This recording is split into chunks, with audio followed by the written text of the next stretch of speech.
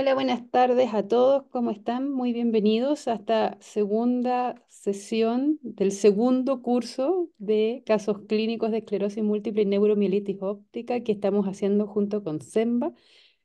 Muy agradecida a todos los que se han conectado y la participación. Hoy tendremos una jornada que no será diferente de las otras, de lo interesante, que estará a cargo de Juan, en la cual hablaremos de terapias de alta eficacia en su inicio, como escalamiento, qué hacemos con los pacientes que son progresivos y con los que están fallando, que son uno de los tópicos más eh, complejos a los cuales nos tenemos que enfrentar como tratantes cuando hay que lidiar no solo con la salud del paciente, sino que ver cómo obtenemos el medicamento para administrarlo. Así que sin más preámbulo, le doy la batuta a mi querido amigo Juan y Lili estará a cargo de toda la parte organizativa en el evento de hoy. Así que los dejo para que se sumerjan en el conocimiento de esta jornada. Muchas gracias, Lorna. Sí, voy a compartir la pantalla. No puedo compartir. Eh, Efectivamente, vamos a tocar en este encuentro lo que tiene que ver con estos aspectos del inicio del tratamiento, en donde vamos a hacer referencia a escalar eh, terapias de alta eficacia desde el inicio. Después vamos a tocar el tema de progresión. Y ahí nos vamos a meter en este aspecto, sobre todo lo vamos a enfocar desde la identificación de la transición y tratamientos en esa instancia, y después vamos a un punto de la falla. Sin dudas, cada uno de esos tópicos podemos hacer dos o tres encuentros para cada uno de estos tópicos, pero vamos a, con un caso, intentar tocar algunos aspectos que sean útiles desde el lado del consultorio. Como siempre, la dinámica es un caso, toco o llevo algo desde la parte teórica y después paramos, discutimos este caso, pero por supuesto la idea es que este caso sea disparador para situaciones que ustedes tengan de consultorio. Siempre el objetivo es que estos encuentros les permitan o nos permitan a todos intercambiar situaciones bien prácticas de consultorio y que sea eso, resolver pacientes y situaciones desde la práctica clínica para optimizar, por supuesto, el cuidado de los pacientes en la asistencia. Ese es el gran desafío de estos encuentros. Estos son los tópicos. Cada uno de estos tópicos vamos a discutir un caso clínico, lo vamos a hacer bien práctico, más allá de esa parte teórica, pero esa parte teórica va a ser complementaria y bien operativa para poder dar espacio a la discusión. Y después vamos a tener ese espacio para casos clínicos, si hay, y si no, lo vamos a ir utilizando para esas situaciones bien prácticas que puedan surgir de consultorio. Voy a arrancar con este caso. Este es un varón de 31 años, sin antecedentes personales de relevancia, que nosotros lo vimos en febrero del 2022 por una clínica típica de neuritis óptica del ojo derecho. Dolor, desaturación, disminución de la agudeza visual del ojo derecho, de instalación, progresión de esos síntomas en el lapso de 2, 3 días, y después hizo la consulta. Esa consulta fue interpretada correctamente. Nosotros lo vimos después de 4 o 5 días. Y nosotros, después de esa evaluación, lo empezamos a seguir y él hizo un seguimiento y una evolución bastante buena. Prácticamente después de 3 semanas se recuperó completamente. No tuvo síntomas leves y dejó de, evolucionó muy, muy bien. Si bien tuvo una clínica típica, dejó la recuperación fue completa. En 3 semanas no le dejó ninguna secuela a ese episodio, esa neuritis óptica. Y el examen físico de ese evento, después de ese tiempo de evolución, solamente tenía hallazgos cuando lo evaluábamos objetivamente. Él prácticamente no tenía ninguna manifestación de ese episodio. De todos modos, en su evaluación, esta era la resonancia. Y esta es la resonancia hecha a las 2 semanas, más o menos 15 días después de este evento de haber iniciado este evento. Observen que más allá de haber sido un episodio clínico del cual se recuperó completamente, que le dio muy pocos síntomas, tiene una resonancia en el cual, esta es la secuencia axial de Flair, tiene mucha actividad. Desde los cortes bajos, tiene hiperintensidades en el tronco, tiene hiperintensidades en la sustancia blanca, en los lóbulos temporales, tiene lesiones periventriculares, tiene lesiones subcorticales, tiene lesiones que se pegan más a la corteza, lesiones yuxtacorticales, lesiones intracorticales y tiene lesiones en la secuencia axial de T1 contrastada, varias lesiones realzan. Y tiene lesiones nodulares, realce en anillo incompleto, tiene black holes, o sea que tiene bastante actividad. Primer episodio, recuperación completa, pero en la resonancia tiene mucha actividad, tiene bastante actividad. Terminó de ser evaluado el perfil inmunológico infectológico sin alteraciones, se punzó, tiene una punción lumbar en el cual tiene bandas oligoclonales, síntesis intratecal de inmunoglobulinas, no tiene bandas en el suero, tiene un perfil tipo 2, tiene una evaluación cognitiva sin alteraciones, un SDMT de 47, muy bueno para su edad. Y esta es la evaluación, la evaluación de resonancia estructural de volúmenes cerebrales totales y volumen de sustancia gris, sustancia blanca, en donde se lo ve, esta es la primera resonancia en la cual se evalúa dentro de lo que es su edad y su género.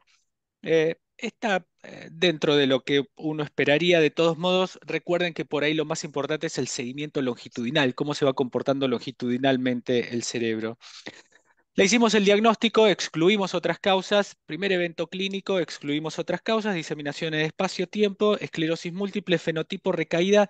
Y acá el planteo era qué tratamiento utilizar, eh, cómo abordar terapéuticamente al paciente.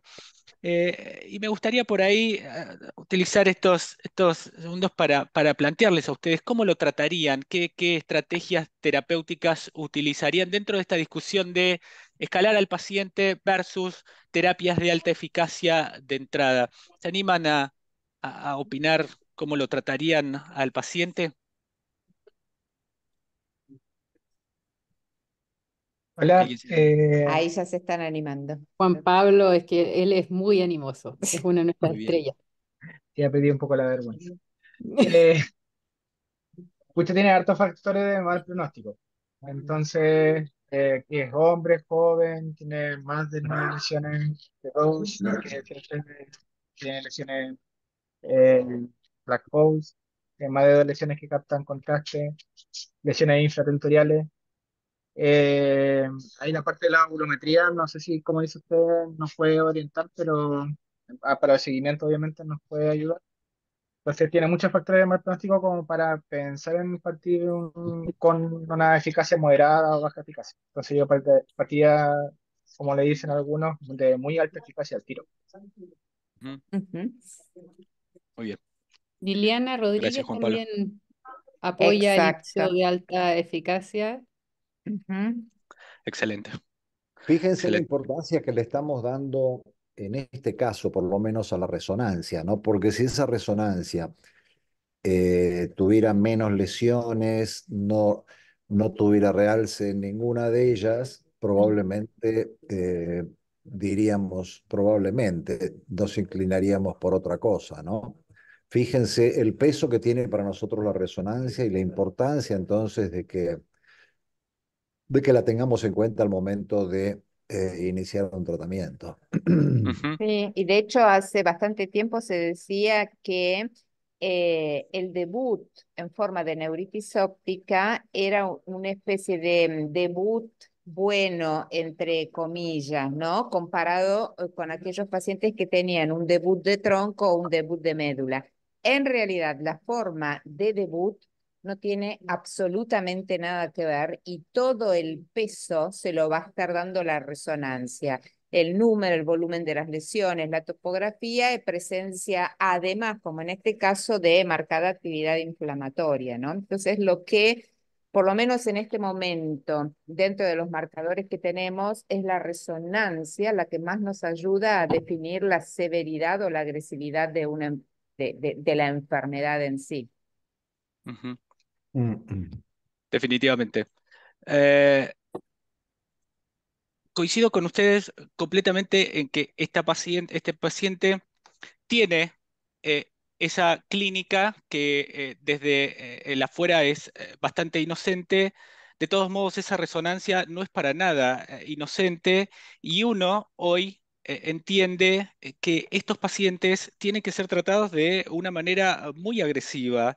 Y esto lo hemos visto en los últimos años, donde la historia natural de estos pacientes va a cambiar en la medida que sean tratados, por un lado, muy temprano, ¿sí? Y por otro lado, de una manera precisa. Todos los criterios diagnósticos hoy están evolucionando justamente para que sean diagnosticados desde el primer evento, incluso antes del primer evento. Probablemente no necesitemos clínica para hacer diagnósticos de estos pacientes y podamos iniciar el tratamiento antes de que eventualmente tengan clínica y por otro lado, para tratarlos de una manera precisa. Y desde el lado de la precisión tiene que ver con esto, con individualizar cuáles son esos marcadores que nos hablan de formas más agresivas, de formas más activas de estos pacientes que tienen una ventana terapéutica mucho más corta. Más corta tiene que ver con un componente inflamatorio que va a entrar más rápido al sistema nervioso central, que se va a compartimentalizar más rápido y que sobre los cuales justamente tenemos que actuar más rápido para prevenir eso. Prevenirlo significa actuar con mayor eficacia para evitar ese proceso de compartimentalización. Su ventana terapéutica es más corta, a diferencia probablemente de otros pacientes en los cuales no tengan esos marcadores de mal pronóstico. Hoy esos marcadores de mal pronóstico radican en esto, específicamente en lo que vamos a ver desde la clínica.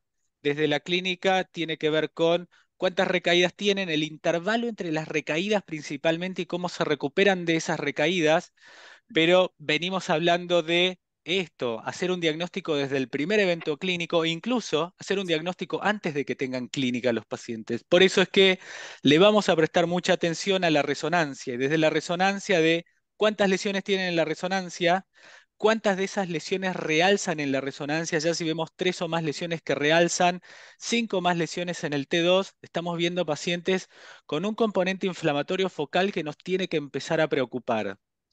Topográficamente, si vemos lesiones en el tronco o en la médula, ya son pacientes que nos empiezan a preocupar. Y eso, si le empezamos a sumar estos aspectos nuevos que empezamos a ver, como lesiones corticales, lesiones intracorticales, lesiones que hacen el slowly expanding lesion, sin dudas son por ahí técnicas que no vamos a utilizar desde el consultorio, pero sí que vamos a empezar a ver probablemente los nuevos criterios diagnósticos para poder hacer un diagnóstico más temprano. Son pacientes que nos van a empezar a preocupar más para hacer este proceso de individualización y entender que son pacientes más activos, más agresivos, sobre los cuales tengamos que actuar de otra manera. De otra manera significa de esta manera. Estos pacientes son pacientes que tienen marcadores de mal pronóstico sobre los cuales tenemos que utilizar estas estrategias de alta eficacia. Alta eficacia hoy son anticuerpos monoclonales y cladribina. Cuando no vemos estos marcadores de mal pronóstico, tenemos esta posibilidad de por ahí no pensar en estas terapias de no alta eficacia, porque por ahí tenemos esta ventana más larga, esto de poder pensar en ir escalando a los pacientes, porque quizás tengamos este mayor tiempo en los pacientes cuando no veamos estos marcadores de mal pronóstico. Pero cuando vemos estos marcadores de mal pronóstico, estamos obligados a pensar en estas terapias de alta eficacia, porque la ventana de estos pacientes es muy corta. Y si perdemos esta ventana, el proceso de compartimentalización se les va a instalar y cuando se instala esta progresión los va a llevar a que empiecen a acumular discapacidad y los vamos a perder. ¿Cuál es un poco la evidencia? Este es el manejo, esto es esa inversión de la pirámide. La inversión de la pirámide es marcadores de mal pronóstico, estos pacientes tienen una ventana más corta, tenemos que actuar más rápido porque la compartimentalización se les instala, empiezan a acumular discapacidad y los perdemos. Ahí es utilizar estas terapias de alta eficacia. Cuando no vemos esos marcadores de mal pronóstico, por ahí tenemos una ventana un poco más larga y podemos pensar en esto de escalarlos. Terapias de menor eficacia y quizás que los podamos controlar y no utilicemos este mayor riesgo en las terapias de alta eficacia. Esto ahora lo vamos a discutir, pero este es el abordaje con estos pacientes en los cuales vemos estos marcadores de mal pronóstico. Una forma también de pensar en las terapias, más allá de terapias de alta eficacia y terapias de escalamiento, que no es menor, que lo tenemos que empezar a incorporar a la hora de pensar en la elección del tratamiento es terapias de mantenimiento. Cuando elegimos un tratamiento, la terapia la vamos a sostener versus una terapia de reconstitución. ¿Y esto por qué uno lo plantea? Porque el tratamiento cuando lo iniciamos lo vamos a sostener prácticamente de por vida en el paciente, salvo, por supuesto, que el tratamiento no funcione, que progrese y que estemos pensando en retirar el tratamiento al paciente o que el paciente deje de utilizar la medicación. Pero si no es así, hoy cuando incorporamos un medicamento, el paciente lo va a sostener y lo va a sostener por mucho tiempo si no es por la vida del paciente. Entonces, no es menor entendiendo que el paciente va a envejecer. Por eso, tómense el tiempo a la hora de pensar qué precio van a pagar desde el lado del mantenimiento versus la reconstitución en la elección de una terapia. ¿Qué evidencia tenemos de que esto funciona? Es decir, que al paciente que tiene marcadores de mal pronóstico, cuando elegimos una terapia de alta eficacia, le va a ir mejor que ir escalándolo. Bueno, esto en los últimos años nos ha dado sobre todo múltiples estudios observacionales. No hay a la fecha ningún ensayo clínico, pero prácticamente todos los estudios observacionales nos muestran y sostienen esta pirámide y este algoritmo de tratamiento de terapias de alta eficacia versus escalamiento, que es el de que a los pacientes que tienen marcadores de mal pronóstico cada vez o incluso esta elección, terapias de alta eficacia versus terapias de escalamiento, les va mejor. Esto es una curva en donde lo que se ve es los pacientes que inician terapias o que utilizan terapias de alta eficacia versus terapias de escalamiento, en el seguimiento a mediano o largo plazo, la probabilidad de tener recaídas es significativamente menor y la probabilidad de tener una progresión de la enfermedad es significativamente menor. Y esto es sostenido en prácticamente todos los estudios que vemos, los estudios observacionales, cada vez que inician terapias de alta eficacia versus terapias de escalamiento. Siempre les va mejor, tanto en El, recaídas como en progresión de la discapacidad. Los pacientes tienen menos probabilidades de progresar la enfermedad cada vez que utilizan terapias de alta eficacia versus terapias de escalamiento. Y si se estratifica a los pacientes que tienen marcadores de mal pronóstico, estas curvas todavía se separan más. Incluso a los pacientes que utilizan terapias de alta eficacia, esto es la corte de Ms-Weiss más la corte suiza, todos los pacientes acá utilizaron terapias de alta eficacia. La gran diferencia es que esta curva utilizó terapias de alta eficacia dentro de los primeros 2 años del diagnóstico y esta curva roja los utilizó después de los 2 años del diagnóstico. O sea que la importancia no solamente es de utilizar terapias de alta eficacia, sino que es de utilizarlas temprano. A los pacientes les va mejor y les va mejor si los utiliza temprano. Y no solamente en los marcadores clásicos, que es de recaídas y progresión de la discapacidad, sino también en los otros marcadores como son las lesiones en la resonancia y en los combinados de no evidencia de actividad de la enfermedad. O sea que esta evidencia es la que sostiene estos algoritmos que hoy utilizamos para decir, si nos encontramos con un paciente que tiene marcadores de mal pronóstico, no perdamos el tiempo, utilicemos terapias de alta eficacia, porque en el mediano y largo plazo vamos a recibir este beneficio de evitar la progresión de la discapacidad, de evitar la presencia de recaídas, de evitar la aparición de nuevas lesiones en la resonancia, al paciente le va a ir mejor. Hoy hay 2 ensayos clínicos pragmáticos que intentan replicar esta evidencia generada desde estudios observacionales de efectividad. TreatMS y DeliverMS que están evaluando no solo estos outcomes que vemos desde consultorio, que son recaídas, progresión del EDSS o lesiones en la resonancia, sino también otros outcomes como son parámetros no convencionales de resonancia, eh, y lo que es patient-reported outcomes y otros outcomes más allá de los convencionales como para contribuir a esta evidencia, es decir, a los pacientes que utilizan terapias de alta eficacia versus terapias de escalamiento, les va mejor y estratificando si tienen marcadores de mal pronóstico todavía más. ¿Cuál es el tratamiento que utilizamos en este paciente? Definitivamente tiene marcadores de mal pronóstico Una pasta de independientemente de la dientes, clínica de estas en la que son para la resonancia. sensibilidad. Creo que la pregunta es para mí. Termino esto. Este paciente inició un anticuerpo monoclonal, porque hoy la evidencia sostiene de que terapias de alta eficacia temprano va a repercutir en su estatus cuando lo veamos a 3, 5, 10 años, va a impactar en evitar la aparición de recaídas, en progresión de la discapacidad, en que se mantenga inactiva su enfermedad. Y definitivamente hoy las estrategias de tratamiento se están moviendo a no perder el tiempo y en estos pacientes utilizar terapias de alta eficacia directamente desde el inicio, desde el diagnóstico, y no ir escalándolo. Voy a cortar acá porque esa pregunta creo que iba dirigida a los estudios. No sé, yo creo que Ah, ya está.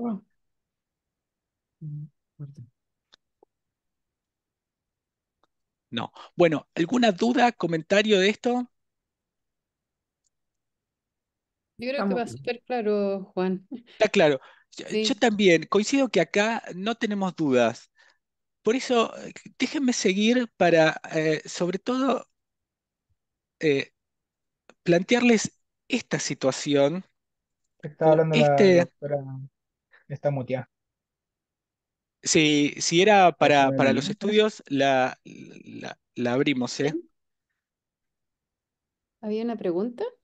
No vi Ah, pregunta, pero acá Juan, preguntan sí, y si si el tuviera 50 años. paciente, eso es Sí, interesante, La sí. edad, sí, la edad. está muy interesante.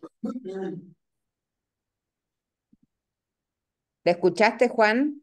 No, Si el paciente tuviera 50 años, sí, ¿harías lo mismo? definitivamente, Ujú. definitivamente. Es una esclerosis múltiple. En este paciente con esa actividad, excluyendo otras causas, no cambia el pronóstico. Es decir, el utilizar una terapia de alta eficacia no te cambia esa elección. Después por ahí, vos vas dentro de terapias de alta eficacia, vos tenés distintas opciones de tratamiento. Vas a utilizar, evaluar comorbilidades del paciente, Exacto. otras condiciones que te van a llevar a una selección determinada de terapia de alta eficacia, pero tu elección, independientemente de la edad, es una terapia de alta eficacia en ese paciente. Después va a haber otros condicionales para elegir una terapia de alta eficacia, pero te vas a manejar dentro de una terapia de alta eficacia. La edad Exacto. no es un criterio de exclusión de la selección de una terapia de alta eficacia. Sí, y máxime cuando tiene tanta actividad inflamatoria. De hecho, hoy está muy en discusión qué pasa con los pacientes que debutan añosos, y por añosos uno entiende pacientes de más de 50 años, después están los pacientes muy añosos, que son aquellos de más de 65 que ameritan una discusión particular. Pero el driver, digamos, lo que rige nuestras decisiones tiene que ver con actividad inflamatoria. Si hay actividad inflamatoria, necesariamente se inicia una terapia. Por supuesto, después, como dice Juan, veremos qué tipo de terapia iniciamos porque las comorbilidades pesan y van a pesar también en nuestras decisiones, pero indudablemente hay que tratarla.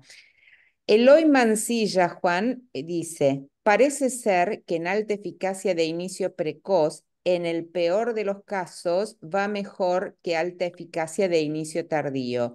Por lo tanto, estadísticamente está claro. No sé si habría otro parámetro clínico que haga pensar en no dar alta eficacia precoz. Un A mí parámetro clínico. A mí me... Y de pronto que tenga un cáncer activo o tal vez que tenga una infección. Bueno, si es una infección activa, eso nos va a retrasar un poco el inicio hasta tanto salvar esa situación y en el caso de un cáncer, definir esa situación. Eh, A no mí, Lili, me ha sé. tocado discutir con algunos colegas que ven esclerosis múltiple, pero no que sean especialistas, sino que están dedicados por temas administrativos, en el cual la seguridad que ofrecen Mm, las terapias de alta eficacia en pacientes de más de 55 años es para ellos un punto de quiebre incluido, aun cuando, por ejemplo, natalizumab no tendría este problema de infecciones recurrentes. Los no. anti-CD20 en general se abstienen, para qué hablar de las terapias de Mm. reconstitución inmune, y también la carga lesional, que aun cuando tenga dos o tres lesiones activas o no tenga lesiones en médula, pero tenga una importante, si no tiene una Ujú, carga que sea así grotesca, tampoco parten o piensan que uno debe indicar alta eficacia porque 9 lesiones no es mucho, cuando nosotros ujú. sabemos que 9 lesiones es Es harto. Y de hecho los seguro. criterios diagnósticos han ido cada vez más achicándose y ya con 4 lesiones hacemos un diagnóstico de esclerosis múltiple y no tenemos que tener 9 o más como era antes. Entonces, yo creo que hay dos temas, que uno es la inercia terapéutica que teníamos de antes y probablemente, y puede que me equivoque, pero el confort de la seguridad que nos brindan las terapias de plataforma. Y por otro lado, el tema etario que sigue siendo un punto de discusión de hoy en día es cuándo partimos y cuándo dejamos de tratar un Ujú, paciente. Y creo ujú, que hoy en día hay varias corrientes que están ocupando incluso cladribina como una terapia de salida al ser una reconstitución en los pacientes mayores y no tener, por ejemplo, esta inmunosupresión continua. Pero creo que ujú. es un tema que vale la pena discutirlo. Sí. eh, Sí. Juan Todo Pablo, Yo, perdón, Juan Pablo levantó la mano y después sí. tenemos una a pregunta en Liliana. el chat también que sí, Liliana, que es muy interesante. Juan Pablo. Yo tengo una duda, ¿hay la elección por anti-CD20 versus las otras? ¿Fue por algo en especial o...? Sí. Pues, sí, bueno, dentro de las terapias de alta eficacia, o sea, anti-CD20, anticuerpo monoclonal, él tenía la posibilidad de natalizumab, anti-CD20 ocrelizumab, ofatumumab o alemtuzumab. Hoy alemtuzumab es una estrategia de tratamiento que, sobre todo, bueno, la eficacia está muy comprobada. Quizás el tema de seguridad lo pone por allá. No, es una estrategia que si bien está controlada y uno lo tiene al seguimiento, Alemtuzumab es una estrategia dominada por lo que es el anti-CD20 y natalizumab. Y entre natalizumab y el anti-CD20 es básicamente por lo que hoy implica la carga del tratamiento para el paciente y el monitoreo y el seguimiento. Básicamente hoy uno entiende que no hay diferencias en eficacia entre las intervenciones, tiene mucho más que ver con lo que es el monitoreo y el seguimiento del paciente y la preferencia, pero pasa por ahí en la selección. Y Liliana Ya, dice, no gracias. empezó ocrelizumab por la inmunosupresión sostenida y por eso prefirió ofatumumab que no disminuye tanto la inmunoglobulina G. No. Hoy no hay, en estos pacientes no hay diferencias en el tema de seguridad entre ocrelizumab y ofatumumab. No hay una diferencia en el incremento del riesgo de infecciones, no hay una diferencia en los aspectos de seguridad en otros fenómenos neoplásicos. No hay diferencias ni tampoco ofatumumab no va a generar una inmunosupresión sostenida y ocrelizumab sí lo va a generar. En ese tema no va a haber.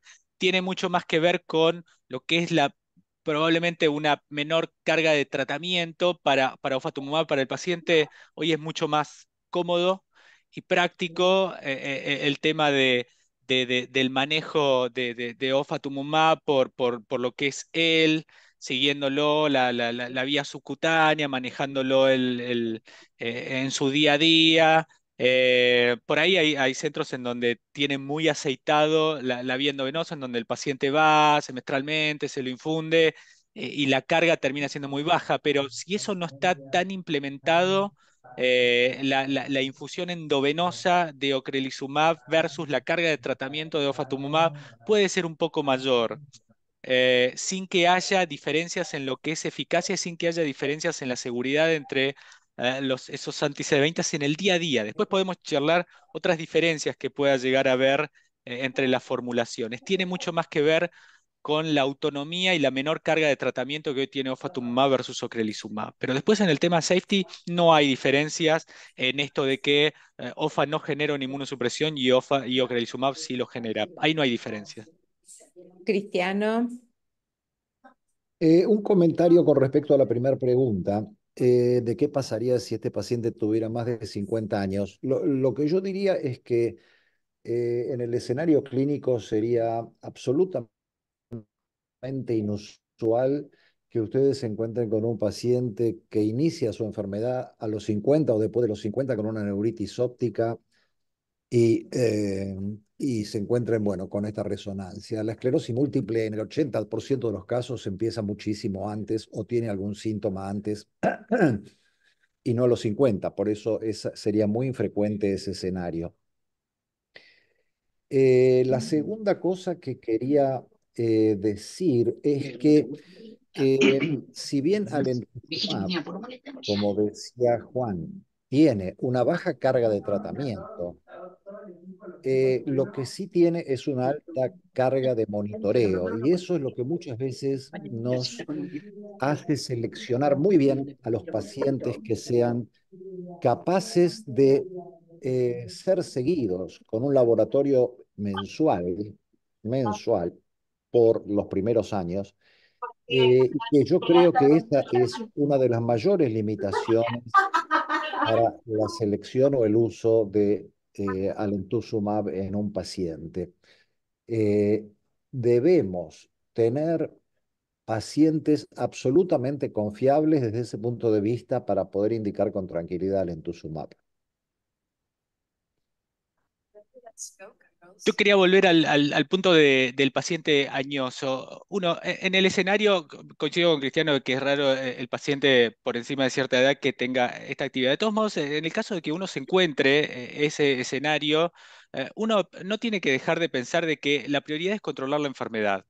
¿Sí? Porque probablemente el paciente esté bien y si uno no la controla, el paciente va a dejar de estar bien.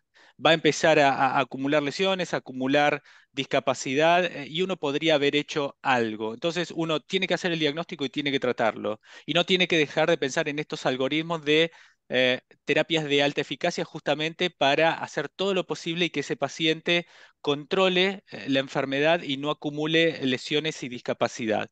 Dentro de esa elección es terapias de alta eficacia.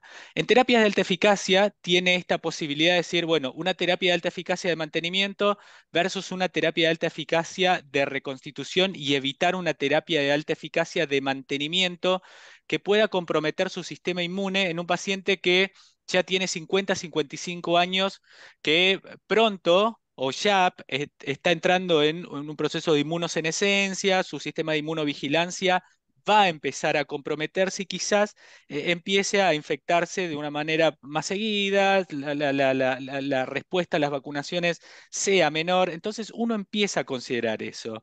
Entonces cuando uno ve el paciente, si es un paciente que tiene una actividad moderada alta, pero entiende que lo puede controlar con una terapia de reconstitución y no sostener una terapia de mantenimiento, podría ser sin duda, si hoy lo estamos pensando como estos pacientes candidatos ideales para utilizar cladribina, no sostenerlo en el tiempo, no darle una terapia de mantenimiento, y son pacientes en los cuales probablemente utilizamos terapias de alta eficacia, los controlamos y no tenemos una terapia de mantenimiento y tenemos una inmunopreservación de ese paciente en el cual probablemente pronto empieza a agregar comorbilidades y no tenemos una terapia de mantenimiento. De todos modos, si ustedes no tienen ese paciente, como este paciente a los 50, 55 años y tiene mucha actividad, uno no tiene que tener miedo de utilizar estas terapias para controlarlo, terapias como un anti-CD20 o eventualmente natalizumab o eventualmente alemtuzumab, porque la prioridad es controlar la enfermedad. Y uno, una vez que controla la enfermedad, después puede pensar en salir de esa terapia una vez que tenga controlada la enfermedad. Y hoy justamente empezamos a acumular cada vez más evidencia de estos pacientes que van creciendo una vez que tienen la enfermedad controlada, de la cual estamos saliendo de terapias de mantenimiento como los anti-CD20, como natalizumab, para terapias menos por ahí agresivas desde el lado inmunológico, por el cual empiezan a envejecer y los ponen en riesgo de infecciones, pero una vez que están controlados. No dejen de pensar que la prioridad es controlar su enfermedad, pues no tiene ningún sentido a un paciente con alta actividad darle algo que nos deje tranquilos en la conciencia, pero no tenga ningún impacto en su enfermedad. Solamente por darle algo que nos deje a nosotros tranquilos en la conciencia, pero que su enfermedad no tenga ningún impacto y que siga acumulando discapacidad, es un sinsentido. Si lo vamos a tratar, tratémoslo bien, controlémosle sus factores de riesgo. Una vez que esté controlado, si le dimos con todo, salgamos de ahí, pero si lo vamos a tratar, tratémoslo bien. Para tratarlo a medias o baja y que nosotros nos sintamos complacidos, no tiene ningún sentido. Ujú. Excelente. Bueno, quiero avanzar porque justamente esa situación me parecía que, sobre todo, Juan Pablo iba a romperla. Pero lo quiero poner a él y a todos en esta situación, a ver cómo la ves. 28 años sin antecedentes. En el 2015 hizo una diplopía, inestabilidad de la marcha, instalación progresiva. En el lapso de días se recuperó después de 30 días. No consultó o hizo una consulta informal, pero no se le dio mucha importancia. En febrero del 2019, 4 años después, hizo una neuritis óptica. Estos son los dos eventos acá en la línea de tiempo. Marzo del 2015, primer evento, un síndrome de tronco, cuando lo fuimos a evaluar dirigidamente. Segundo evento, 4 años después, febrero del 2019, una neuritis óptica. Para este segundo evento recibió corticoides, se recuperó completamente y le había quedado del examen físico un aumento de los reflejos. Esta es la resonancia de esta paciente. Observen que su resonancia es una resonancia, estos son los cortes axiales de Flair, bastante diferente al paciente de recién. Es una mujer, dos episodios separados en el espacio, separados en el tiempo por 4 años, algunas lesiones periventriculares, pocas, no tiene lesiones en la médula, no tiene lesiones infratentoriales, en principio esa lesión que hizo en el 2015 no le dejó ninguna secuela y ahora clínicamente no tiene ninguna secuela. Tratamiento, la voy a poner acá un poco en esta interpretación. Hizo dos eventos clínicos, tiene lesiones en la resonancia, le excluimos otras causas, le hicimos el diagnóstico de esclerosis múltiple, fenotipo recaída, y si yo la pongo acá, dentro de este marco de factores pronósticos, baja carga de recaídas, 2 recaídas en 4 años, baja carga lesional en la resonancia, hoy tiene un EDSS de 1, solamente tiene reflejos, no tiene lesiones infratentoriales, no tiene lesiones en la médula, ninguna de las lesiones realza, no tiene comorbilidades. Es una paciente que tiene pocos de estos marcadores de mal pronóstico. ¿Y acá qué me dicen? ¿Cómo la tratarían?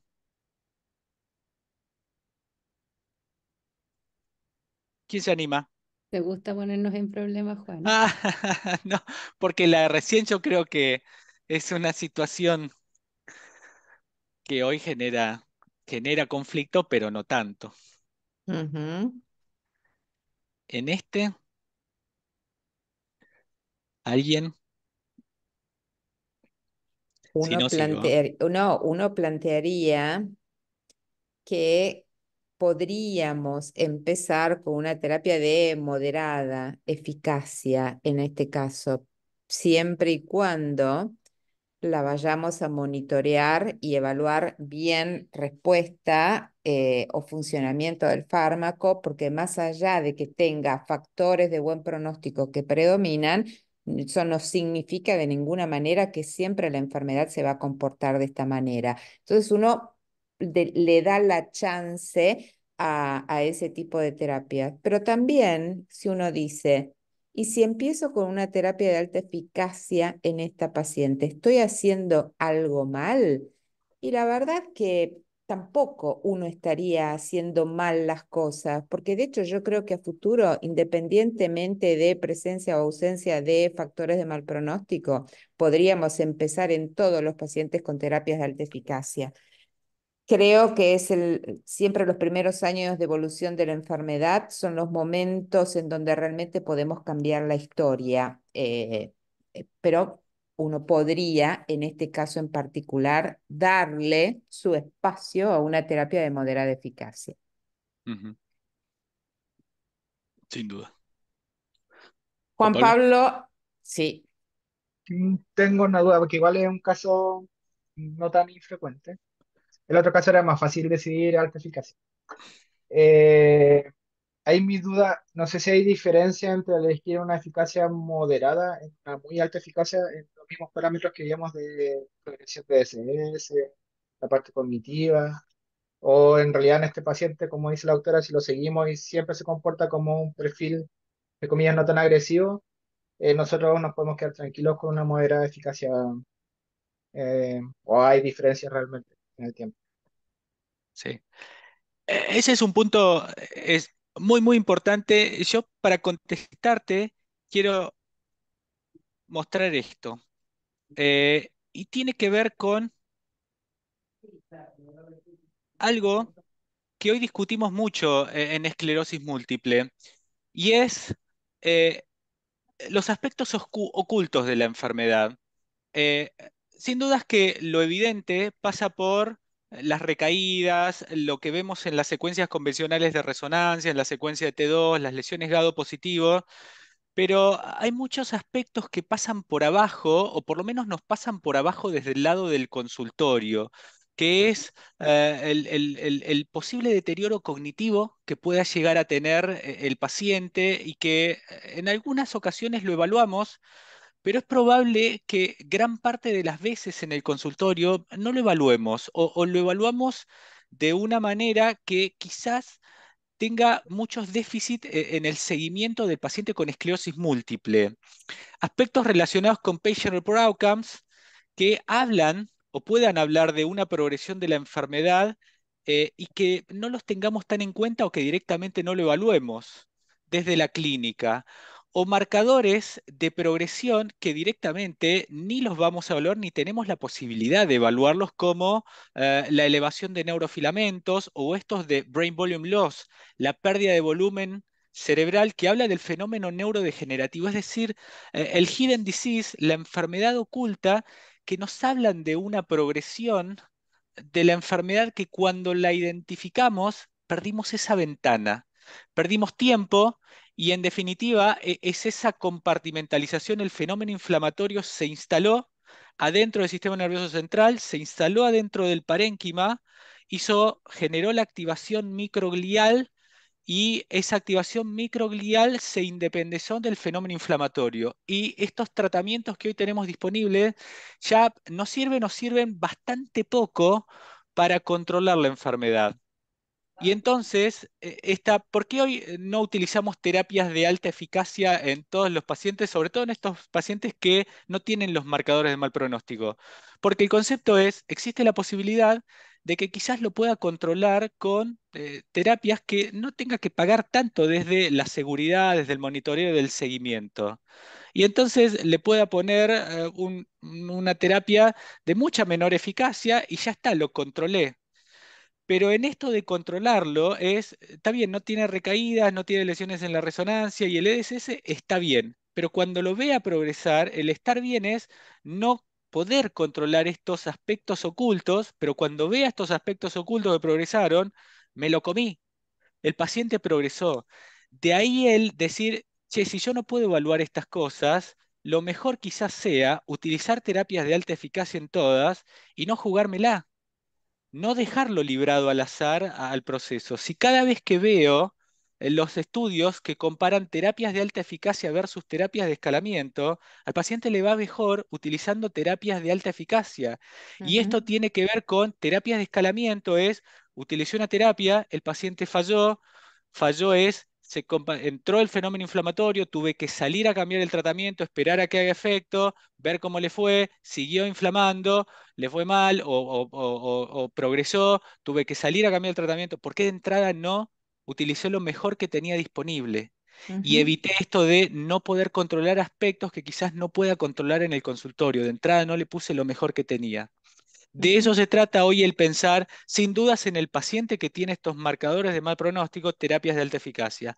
En el paciente que no tenga los marcadores de mal pronóstico y evaluar, probablemente sea mejor empezar en todos con terapias de alta eficacia. ujú. Uno no está diciendo en todos pensar en anticuerpos monoclonales, pero quizás empezar a pensarlo en la medida de que tengamos datos de seguridad, datos de carga de tratamiento, empezar a pensarlos en todos por estos aspectos de los hidden disease, los aspectos que no podamos controlar para asegurarnos en quienes no podamos controlar ciertos aspectos del seguimiento del paciente. Y eso De, va apuntado a lo que vos planteabas, Juan Pablo, de cosas que no puedas controlar o no puedas medir más allá de resonancia y recaídas. de hecho, Erika, en la misma línea dice, si existe la posibilidad de utilizar alta eficacia en una paciente joven sin tanta carga lesional, ¿por qué no utilizarlos como inicio y así evitar más daño? Exacto. Y Pía pregunta si podemos utilizar tal vez las bandas oligoclonales como para inclinar nuestra decisión. Mm. Sí, el tema bandas es sobre todo como marcador pronóstico, siempre fue controversial como marcador pronóstico las bandas convencionales. Ujú, Siempre tuvo un rol en el tema del diagnóstico, lo que sí ha demostrado tener un rol desde el lado de bandas como el pronóstico de mejor o peor pronóstico son las bandas IgM lípido específicas. Esa identificación sí te habla de un paciente con un peor pronóstico y en ese paciente sí, definitivamente, hoy lo pones a la altura del paciente en el cual estás viendo tres o más lesiones GADO positivo y no lo dudás. Pero exacto. el cualitativo de bandas tipo 2 siempre fue controvertido en el rol que tenía desde el lado del pronóstico, es indudable el lado del diagnóstico. Ujú. Perdón, yo soy Pía, no sé si me escuchan. Mi pregunta, esa era la segunda parte. Tengo, la verdad que yo puse ahí que no veo tan claro el diagnóstico de esclerosis múltiple, porque tiene dos brotes clínicos, evidencia clínica de una lesión, y me falta como diseminación en el espacio, por lo que vi las lesiones. Por eso mi pregunta Claro, era si tenía bandas oligoclonales. Eso. claro. Habría que pasar la resonancia nuevamente, Juan. Sí, Ujú. sí. Igual ella hace un síndrome de tronco, hace una neuritis óptica, ahí Ahí ya tenés dos tiene episodios, espacio y claro, tiempo. claro, claro, ahí tenés los dos episodios y la resonancia te está dando las lesiones periventriculares, las lesiones yuxtacorticales, ya te está dando también el espacio desde el lado de resonancia, o sea que tenés desde la clínica, desde la resonancia y el análisis ya te excluyó las otras causas. Ahí tenés espacio, tiempo y, y ahí tenés el diagnóstico. Las bandas, acordate que te van a dar el criterio de diseminación en el tiempo cuando no tengas tiempo y te va a servir cuando por ahí no tengas dudas desde el lado de las imágenes o desde el lado desde la clínica. Ok. Sí. ¿Estás de acuerdo, Pía? Es que tuvo dos brotes, pero tiene evidencia clínica de una sola lesión, Sí, pues. igual, no siempre, no vayas a confirmar si tiene una clínica típica, tiene una clínica típica de neuritis óptica, tiene una clínica de síndrome de tronco, por más que no la tenga en la resonancia, si tiene la clínica, no te lo invalida. Ok. Cuidado con eso. Ujú. Sí, sí. Si Pero hizo algo compatible, lo instaló, progresó, por más que no lo confirmes desde la resonancia, no te la invalida. Claro, pero a veces Pero hay brotes que la gente refiere son más inespecíficos, como solo vértigo o hipoestesia, eso como que Ahí no, sí. para mí no tendría Cua- mucho valor, digamos. Cuando la clínica es inespecífica, sí. Ahí Cuando sí. tenés una clínica típica, y esto sobre todo, por ejemplo, el paciente te dice, tuve una disminución de la agudeza visual con desaturación, dolor, se me instaló, progresó, tiene una clínica típica de neuritis óptica. Vas a la resonancia, en la resonancia no le encontrás nada, incluso por ahí le haces potenciales evocados y los potenciales no te muestran. Es una clínica típica, no dudes de esa clínica, tuvo un Mm, evento. Y esto Ok. es importante ujú. para no desechar ese evento que por ahí te pueda llevar a decir, no, ese evento no lo confirmé desde el lado de la resonancia, no vi en la resonancia. E incluso en este, por ahí decir, y no le confirmé en la resonancia ese síndrome de tronco, y lo descartes y digas, no, no tiene diagnóstico y pierdas el tiempo. Sin duda, si te hace una clínica específica y te dice, me mareé, tuve un mareo en específico, sí. Pero si te hizo una inestabilidad, con lateralización, que la instaló, progresó en el lapso de días y después mejoró, te está dando un fenómeno clínico y temporal, muy sugestivo, que por más que no lo confirmes desde el lado de la resonancia, da la importancia para justamente no perder el tiempo. sí, pero esta paciente tuvo, si no me confundo, un episodio de diplopia, ¿o no? ¿No habías Sí. dicho? Bueno, un episodio de Diplopia. Y inestabilidad. diplopia, diplopia e inestabilidad son Sí. claros marcados, son síntomas, marcadores claros de una lesión de tronco. La Ujú. veas no después en la resonancia, pero más allá de eso, cuando uno mira esta resonancia, yo recién conté entre 9 y 10 lesiones, por lo menos en esos cortes. O sea que hay clara evidencia de diseminación en el tiempo. Segunda cosa de la que quería opinar. Ustedes recién hablaban de qué tratamiento elegir en esta paciente, si uno de moderada eficacia, si uno de alta eficacia. Eh, el asunto es que importa mucho la voz del paciente y no se olviden de eso.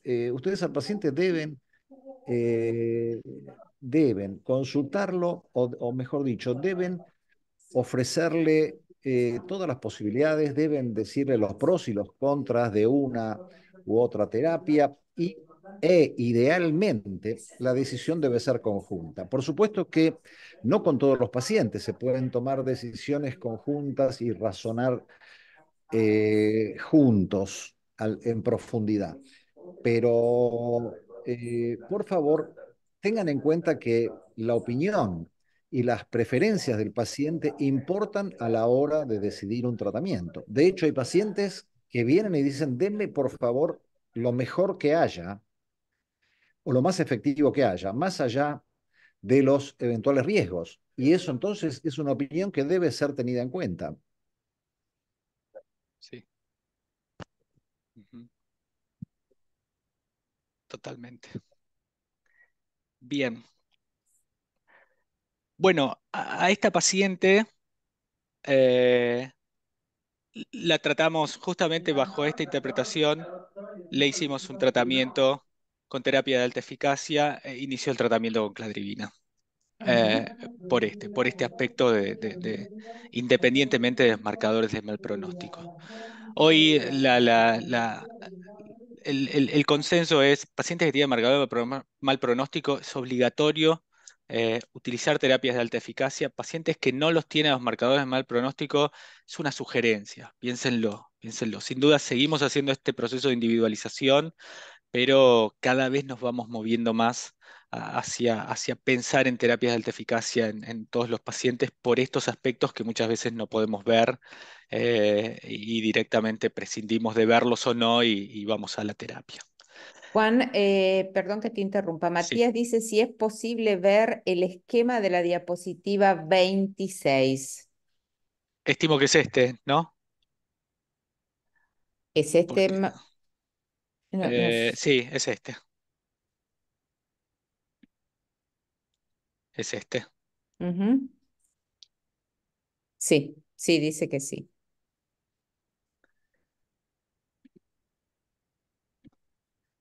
¿Qué No puedo duda ver el chat tenías al ahora. respecto? No, contestó que sí, no sé cuál es la duda que él tenía. ¿Querías volver a verlo nada más o hay alguna pregunta relacionada con este algoritmo planteado?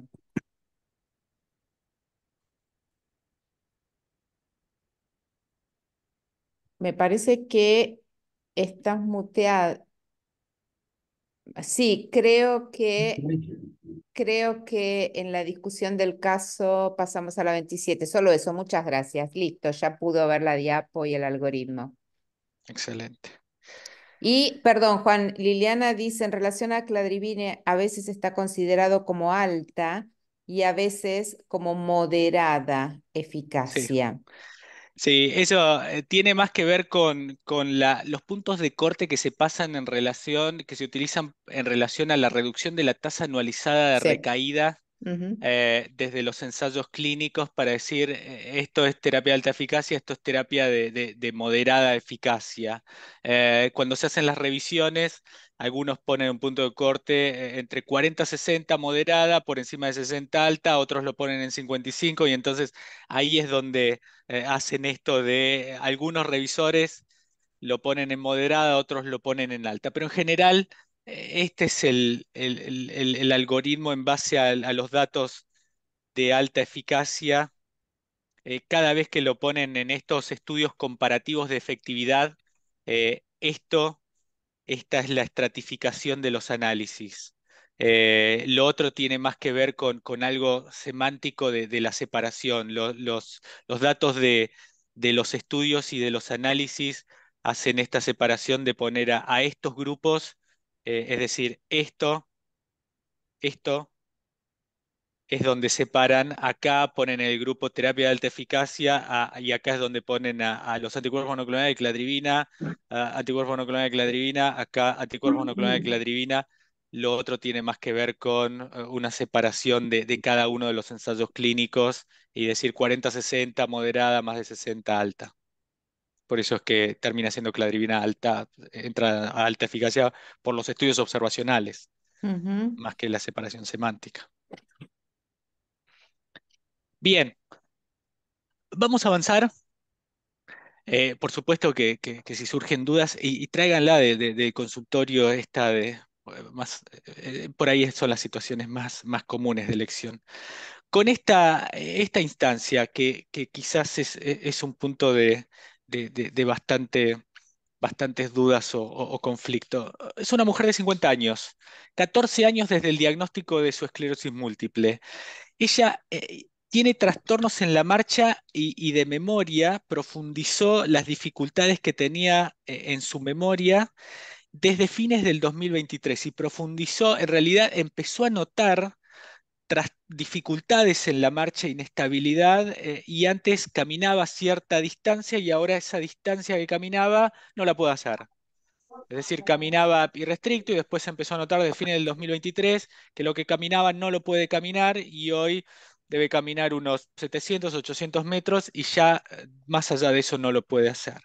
El test de la marcha, que ella tiene que parar, ahí descansa y después sigue, por supuesto, y lo sigue haciendo. El test de la marcha de los 7,5 metros, hoy lo hacen 8,3 segundos. Y el último test que teníamos de un año y medio atrás, lo hacía en 5,4 segundos. O sea que esto lo incrementó y lo incrementó bastante. En la evaluación de calidad de vida, lo que ella nota y empeoró es esto, es en lo que era dificultades para manejar el dinero y en realizar las compras. Después en el resto no notamos otras dificultades y su EDSS se modificó de 3 a 5. Antes eran hallazgos en el examen físico y hoy esos hallazgos en el examen físico sí ya tiene una debilidad en miembros inferiores que son evidentes y que son las que se traducen en esto, en esta dificultad en la marcha.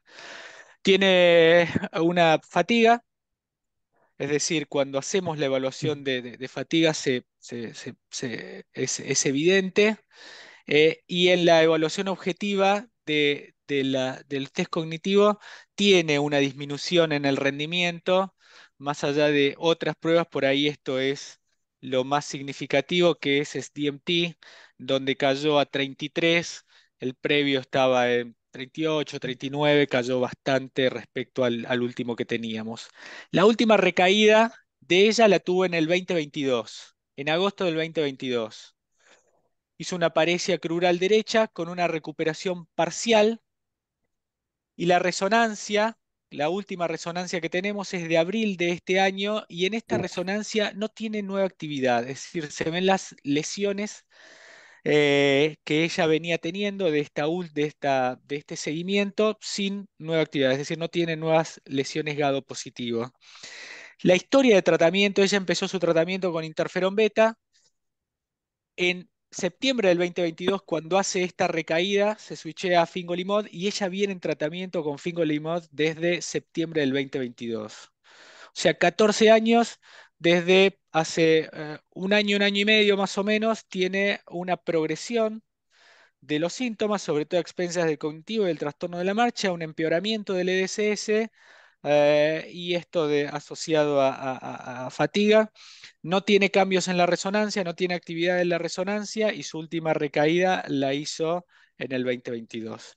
Esta es la resonancia de ella. Esta es la de abril del 2024. T2, múltiples lesiones hiperintensas, yuxtacorticales, periventriculares, algunas lesiones más confluentes, ¿sí? Lesiones infratentoriales, lesiones en el tronco, varias lesiones en la médula. Windows, quiero jugar. Ok, Windows. Ninguna de estas lesiones realzaba. ¿Qué harían? Una figura para ¿Le mí es cambiarían Windows. el tratamiento? Interpretan que está progresando. Difícil, ¿no? Sí. Escucha, estaba viendo el caso, parece que es una forma progresiva, secundaria progresiva. Ujú. Eh, el tema que molesta un poco es la clasificación de que sea activa o no activa. Porque cuando hablamos de que no son activas, la verdad que alternativas terapéuticas, hasta donde yo sé, no hay.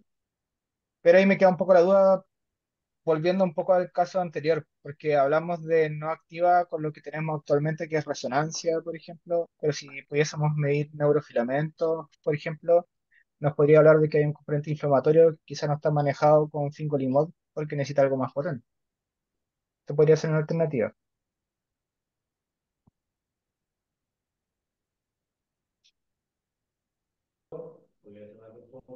No, no entendí, Juan Pablo, lo último que dijiste, que necesitaría algo más potente. Ya, es que justo en el SEMCAT, en el grupo SEMCAT hicieron la misma pregunta y ahí revisé un poco el tema. ¿Qué otros elementos podemos ocupar como para hablar de que hay actividad inflamatoria o no? Porque en la parte no inflamatoria del PIRA, ya el smoldering agents, no hay, la verdad, medicamentos actualmente que hayan demostrado efectividad hasta donde yo sé. Entonces, tratando de buscar cómo ofrecer alguna alternativa, quizás el uso de biomarcadores como los neurofilamentos, que nos pueden hablar si están muy elevados, de que hay una actividad inflamatoria que no se ve en la resonancia, pero que igual hay actividad inflamatoria, nos pudiese orientar a que necesita un tratamiento de mayor eficacia que el fingolimod. Entonces ahí en secundarias progresivas, ¿cierto? Igual los inhibidores del S1P tienen evidencia en formas activas, pero con lesiones. Entonces ahí no sé si uno pudiese ocupar esas alternativas si las tuviésemos disponibles, o ustedes ocuparían, no sé, anti-CD20, por ejemplo. Y vos dijiste que fingolimod sirve para formas activas. Está indicado para formas a recaída y remisión. O sea, debemos diferenciar eso, ¿no? Sí, Eh, en este caso, esta mujer lleva 13 años de evolución. Creo que empeoró su EDSS en 2 puntos en el término de un año. Eh, o sea que claramente tuvo progresión independiente de las recaídas. Mm, Eso significa que tranquilamente podemos decir que esta mujer está en una fase secundaria progresiva de su enfermedad. ujú, Tenga o no recaídas, tenga o no lesiones en la resonancia magnética nuevas. Eso es otro tema, digamos. Pero lo primero es definir la forma clínica. Esta paciente tiene una forma secundaria progresiva y tiene todo el derecho, porque después de 14 años de evolución y teniendo un EDSS de 5, tiene todo el derecho a estar en el grupo de las secundarias progresivas. O sea, yo diría, hasta sería raro que esta paciente siguiera teniendo una forma RR sin progresión. Me llamaría la atención. Bien, entonces, dicho esto, lo que uno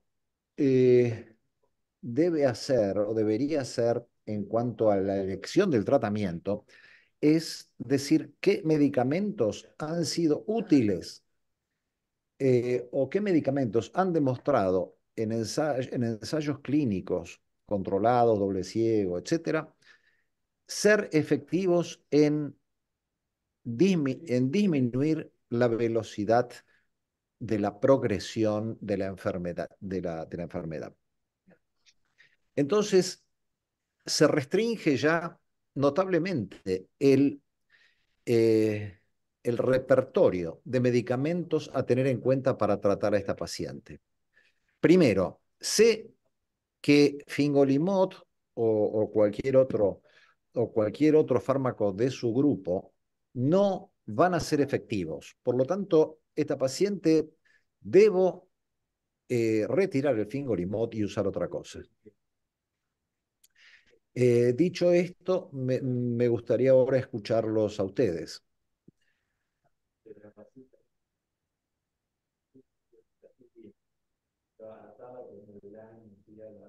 Sí. ¿Qué pasó? Liliana Rodríguez dice Siponimod. Ponemos. Sí, en Chile no existe, no está aprobado, no está cubierto. Y la eficacia, no sé, Edgardo, pero a mí como que nunca me ha convencido mucho. Y creo que el tema de esta paciente, la gran dificultad que tiene se puede traducir en lo que vimos en los estudios clínicos de BTK que pudiesen estar en peligro todos, porque no tenemos biomarcadores específicos que nos digan cómo detener biológicamente la enfermedad con algún fármaco que nos hable de eficacia y el Mm, EDSS es un muy mal predictor. Y las Ujú, aprobaciones que hay para anti-CD20 son todas para lesiones activas en resonancia. Entonces, y de hecho Siponimod también está aprobado para activa, pero no para inactiva. mm, No sé en Argentina si estaría aprobado, entonces creo que estamos frente a un gran dilema. sí, sí, definitivamente. Yo voy a compartir esto porque justamente nos ayuda a responder o por ahí intentar responder esa situación que es súper compleja, pero apunta a eso. Esto tiene que ver con hoy cómo están aprobados los medicamentos en esta instancia, en formas secundarias progresivas, con actividad, sin actividad, según los labels de Estados Unidos y de la Agencia Europea. Prácticamente todos los medicamentos están aprobados en formas secundarias progresivas con actividad. Ningún medicamento está aprobado en formas secundarias progresivas sin actividad, salvo mitoxantrona. Ocrelizumab es el único medicamento aprobado en formas primarias progresivas por su ensayo clínico. Esta es por la aprobación, la aprobación de los entes regulatorios de FDA y de EMA. Entiendan, o por ahí es importante entender que los entes regulatorios muchas veces no tienen tan en claro el proceso inmunopatológico que hay atrás de la progresión de la enfermedad, de la actividad y de la no actividad, de los trials, de los no trials. Esta es la aprobación regulatoria. Los trials, y esta es la evidencia atrás de los trials y de los medicamentos. Hoy hay trials alta calidad para interferón beta 1A subcutáneo, interferón beta 1B subcutáneo, para ciponimod, para mitoxantrone, que dice que estas intervenciones funcionan en formas secundarias progresivas con actividad. Sin duda, Ciponimod lo hizo con y sin actividad y dice que acá funciona, pero cuando se hace el subanálisis, cuando hay actividad funciona mejor, pero en los pacientes que no tienen actividad también funciona, pero después la aprobación es con actividad. Ahora vamos a hacer ese análisis. Natalizumab tiene un ensayo clínico en formas secundarias progresivas en donde no demostró ser eficaz. Hay análisis de subgrupos dentro de los trials con relapsing form, porque no se olviden que los trials con pacientes que recaída remisión, en algunos casos incluyen pacientes que después terminan siendo formas secundarias progresivas o hacen la transición y se subanalizan. Esos pacientes en el subanálisis han demostrado para ocrelizumab, ofatumumab, fingolimod, ponesimod, cladribine, alemtuzumab ser eficaz estas intervenciones en análisis de subgrupo. Siempre tienen esto de, bueno, no está diseñado el trial, pero en estos análisis de subgrupo para formas secundarias progresivas o en la transición, demostraron ser eficaces estas intervenciones con actividad. No han demostrado ser eficaces estas intervenciones en estos análisis de subgrupos para formas secundarias progresivas con actividad. Es decir, alemtuzumab, esto es para CAMS, para Keremes 1 y Keremes 2 no demostró ser eficaz alemtuzumab. Keremes 1 y Keremes 2 en formas secundarias progresivas no demostró ser eficaz. Dimetilfumarato, ponesimod, teriflunomide, acetato de latiramer en formas secundarias progresivas no demostró ser eficaz, o por lo menos la evidencia es dudosa, es equívoca, ellos la describen como equívoca, no demostró ser eficaz en este análisis de subgrupo para estas intervenciones en formas secundarias progresivas con actividad. Y hay insuficiente evidencia para estas intervenciones. Básicamente, cuando uno analiza los datos, entiende que cuando el paciente está en la instancia de transición, es decir, está saliendo de esta forma relapsing y empieza a meter la forma progresiva, cuando hay actividad, cuando tiene recaídas, lesiones focales en la resonancia, podría tener un rol estas intervenciones, sobre todo entendiendo de dónde está saliendo, viendo de qué medicación está viniendo. ¿Sí? Y este es un punto que los entes regulatorios, por supuesto, no lo entienden cuando hacen los labels de aprobación y terminan diciendo de que por ahí interferón sirve desde el CIS hasta formas secundarias progresivas con actividad, que es entender el paciente individual en toda su instancia. Entonces acá es donde uno, como especialista y experto, tiene que básicamente ver estas cosas. Uno, entender la transición, es decir, cuando el paciente con una forma recaída-remisión empieza a incorporar este componente de progresión como nuestra paciente, y sobre este componente de progresión que hoy lo identificamos a través de empieza a incrementar el EDCS, empieza a agregar el componente cognitivo, puede llegar a tener o no tener actividad.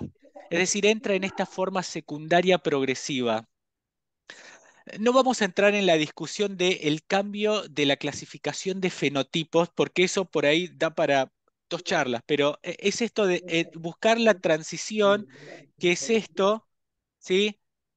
La fase de transición, cuando el paciente empieza a progresar, empieza a salir de ese control que en teoría tenía y empieza a acumular síntomas. Sí, el otro punto es si cuando empieza a acumular síntomas, el paciente debiera salir del tratamiento que está utilizando, porque eso que viene utilizando ya no le está sirviendo y si cambiarle el mecanismo de acción que está recibiendo podría beneficiarlo. ¿Y a qué cambiarlo? Entonces, los tres puntos son esos, es identificar la transición, el cambiarle el tratamiento que está utilizando, porque cambiarlo lo va a beneficiar y a qué cambiarlo. Y los 3 puntos es identificar la transición, es estar atrás de lo que hoy tenemos, que es el EDSS, porque lo más probable es que la resonancia no nos permita identificarlo, no tenemos estas técnicas para identificarle la transición. El cambiarle el tratamiento es, sí, definitivamente cuando lo identificamos temprano en la transición hay que cambiarlo porque todavía tiene componente inflamatorio que está entrando y que podríamos llegar a controlarlo, es decir, estamos identificándolo temprano y el a qué es a otro mecanismo de acción.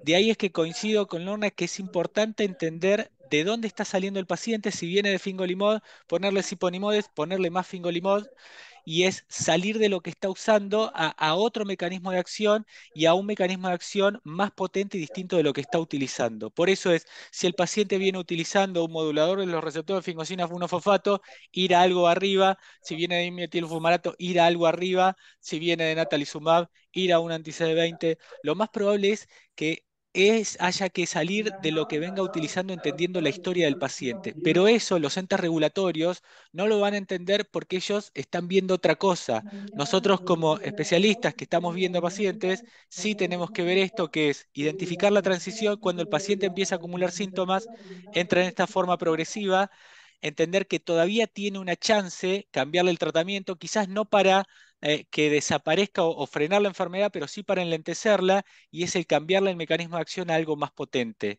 De eso se trata esta etapa de formas progresivas de estos 3 puntos. A esta paciente lo que hicimos fue sacarla de fingolimod y ponerla ocrelizumab.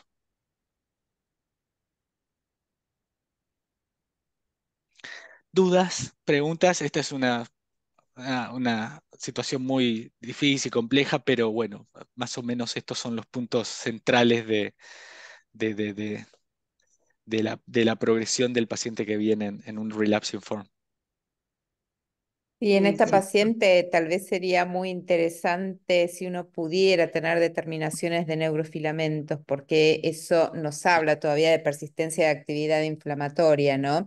Porque de pronto mirando en ella lo que progresó fue el tiempo para caminar los 7,5 metros, empeoró su test de los 9 palitos, entonces su última recaída fue hace unos años atrás y aparentemente no tenía actividad inflamatoria en la resonancia. Entonces uno dice, si la veo o tengo esta foto, más allá de que está en el periodo de transición, parece que predomina solo lo degenerativo.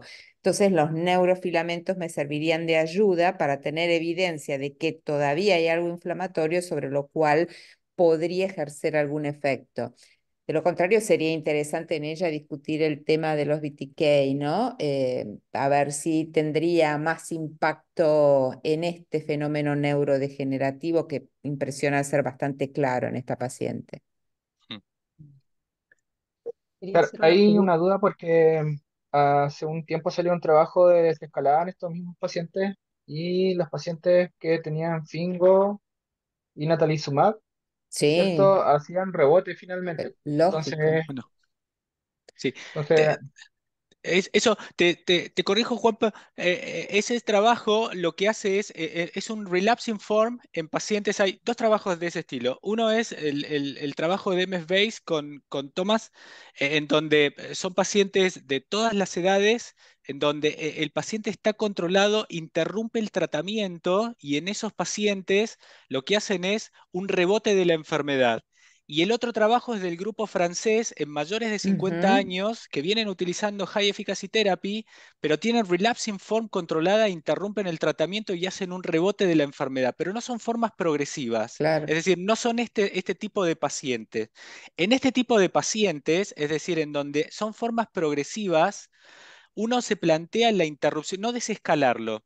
Eventualmente lo que uno se va a plantear es interrumpir definitivamente el tratamiento. Es Ujú, decir, vos te lo encontrás en una instancia en donde progresa, progresa, progresa, sin actividad definitivamente, y vos te vas a plantear sacarle el tratamiento porque ya no tiene sentido utilizar un tratamiento.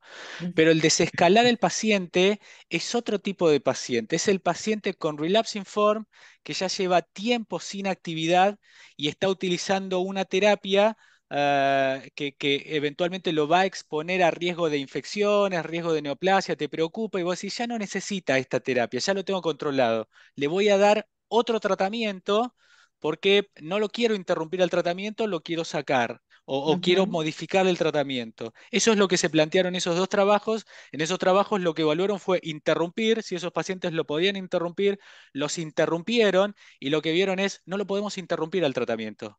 Hoy no tenemos marcadores de interrumpir, porque esos pacientes que interrumpieron, lo que hicieron fue un rebound, sobre todo los antitráficos. No podemos interrumpirlos. Por eso yo arrancaba mi mensaje de el tratamiento es forever. En relapsing form, en progressive form, sí los vamos a interrumpir, pero no desescalar. Y los vamos a interrumpir porque ya nos van a servir. Exacto. Quería preguntar sobre un caso que tengo. Es una paciente que he visto solamente 2 veces, tiene 33, 34 años.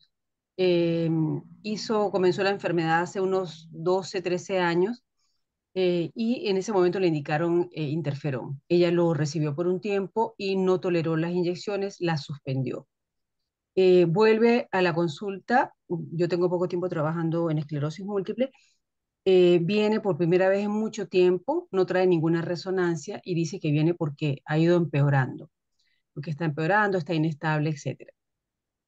Solicito una resonancia donde no hay ninguna lesión activa, pero hay muchas lesiones bilaterales, fosa posterior, todo. Es una mujer joven que de resto está muy bien, en muy buenas condiciones, pero es decir, tiene el deterioro neurológico nada más. ¿Qué hago con esa paciente? Porque hay varias opciones. O sea, lo más probable es que sea una secundariamente progresiva, obviamente. Pero puede ser que aún tenga actividad y que con una sola resonancia que le hice no logro captar esa actividad. Y otra tercera opción es que ella se le colocó el tratamiento en un momento en que se utilizaba básicamente el interferón, acetato de glatiramer máximo, y tal vez el diagnóstico de primaria progresiva, perdón, de primaria, eh, no era el correcto, sino puede ser que fuese una paciente secundariamente progresiva, porque en todos estos años no ha consultado en urgencias, no ha venido por un brote como tal, sino ha ido acumulando discapacidad de alguna manera. Entonces, ¿qué podría hacer? ¿Qué sería lo más recomendable hacer en este caso?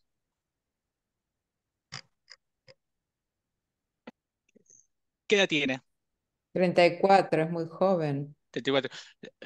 Mi recomendación es, yo la estudiaría de nuevo, confirmaría el diagnóstico de esclerosis múltiple y definitivamente la trataría. Es una paciente y la trataría con todo lo que tendría, a ver, sería muy agresivo primero por la poca ventana terapéutica que podría llegar a tener la paciente, por el tiempo eventualmente que ha pasado, por las pocas chances que podría llegar a tener desde el lado del tiempo y buscando, sería muy consciente de las expectativas que tendría con esta paciente desde el lado de decir, mira, entiendo que ha pasado el tiempo, hemos perdido esta ventana terapéutica, pero no bajaría los brazos de intentar enlentecer la posible progresión que pueda llegar a tener esta paciente eh, de acá en adelante, pero sí confirmaría su diagnóstico, estudiándola, confirmaría esto o decir, bueno, viene con un posible diagnóstico, pero me cercioraría de que lo tiene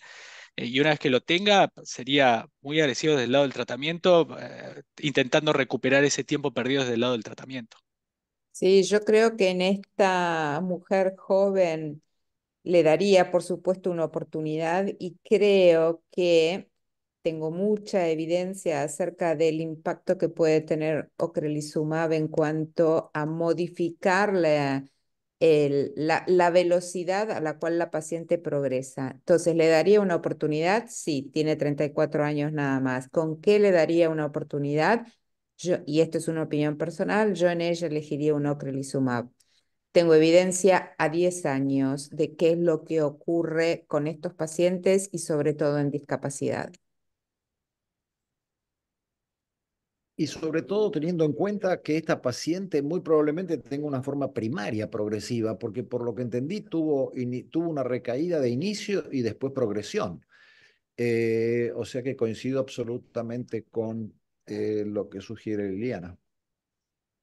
Yo también coincido con ella, porque tener recaídas no implica que uno no sea primario progresivo, que es algo que ha Por su, costado un poco.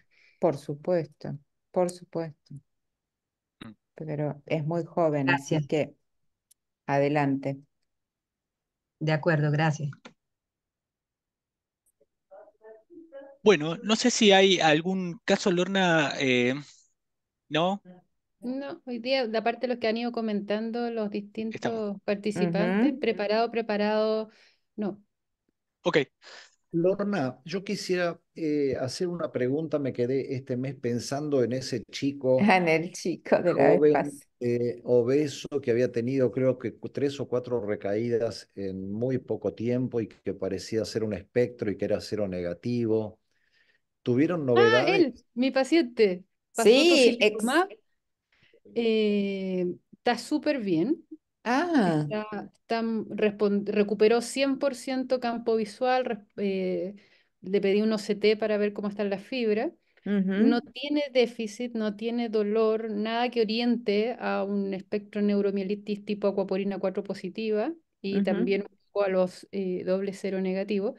El paciente había ocupado micofenolato y llegó a dosis de 3 gramos al día sin Sin efecto. nada. Azatropina no la hemos usado, pero como estuvo hospitalizado, aprovechamos de empezar con tocilizumab.